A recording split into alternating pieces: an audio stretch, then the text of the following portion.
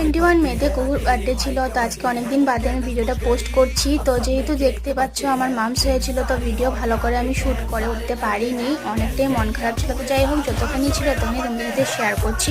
তো এখানে দেখো কেক কাটিং হচ্ছে আর কি। তো যেহেতু মামস হয়েছে, আমি কুকুর থেকে একটুখানি দূরিয়েছিলাম, তো ওর পাপাই ওকে কেকটা কাট করে দিচ্ছে। আর দেখতে পাচ্ছ কুকুর পুরো পরি ড্রেস পরেছে, তো এটা অনলাইন থেকে অর্ডার করে দিয়েছি।